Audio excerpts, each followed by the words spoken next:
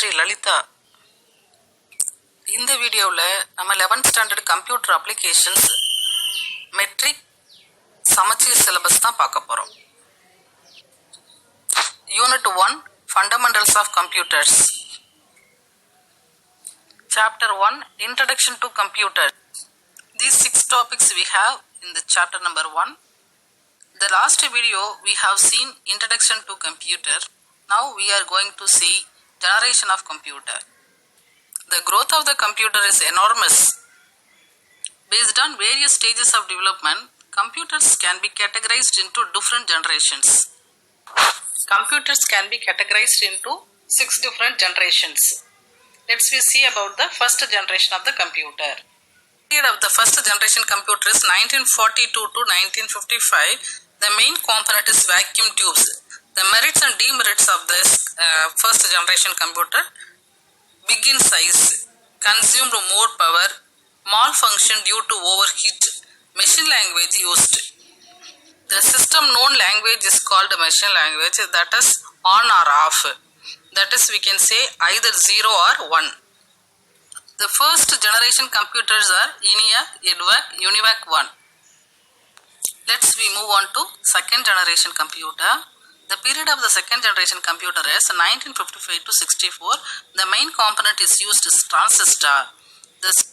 It is smaller when compared to the first generation because there we used a vacuum tube. It is very larger in size when we compare to this transistor. Here the transistor is used as a main component.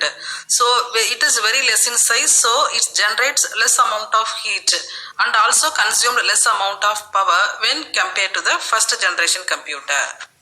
Punch cards were used and also the first operating system was developed, that is batch processing and multi-programming operating system.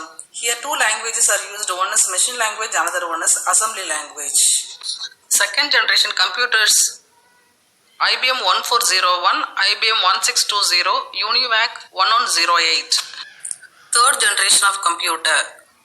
Period of the third generation computer is 1964 to 1975. Here the main component used integrated circuits. Some demerits of third generation computers: computers were smaller, faster and more reliable, and it consumed less power, and here we are using high level language. The third generation computers: IBM 360 series, Honeywell 6000 series. Next, fourth generation computer. The period of the fourth generation computer 1975 to 1980. Here the main component use microprocessor, that is VLSI, very large integration circuits. It is smaller and faster. Microcomputer series such as IBM and Apple were developed. Portable computer were introduced. Fifth generation computer. The period of the fifth generation computer is 1980 to till date. The main component is used ULSI, that is ultra large scale integration. The merits of the fifth generation: parallel processing, superconductors. Compared to the computer sizes were dramatically reduced and also can recognize images and graphics. Artificial intelligence and expert systems concepts were introduced to this period and also able to solve high complex problem including decision making and logical reasoning. Finally, let's move on to sixth generation computer. Here the period is in future, and here we are going to make the computer is equivalent to human. Parallel processing and distributed computing concepts were used. Parallel processing: more than one process carried out simultaneously when the system doing process. So we can efficiently compute more than one program segment at a time. Then next, distributed computing. Every system acts like a server, so you need not depend one and only system. You can get the information whatever you want the nearmost system, so the traveling time and the execution time will be efficient. So these two concepts were introduced in the sixth generation system. Computers have become smarter, faster and smaller.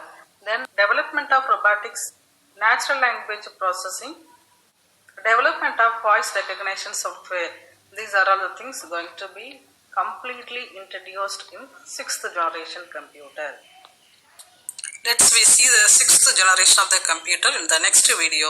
Thank you.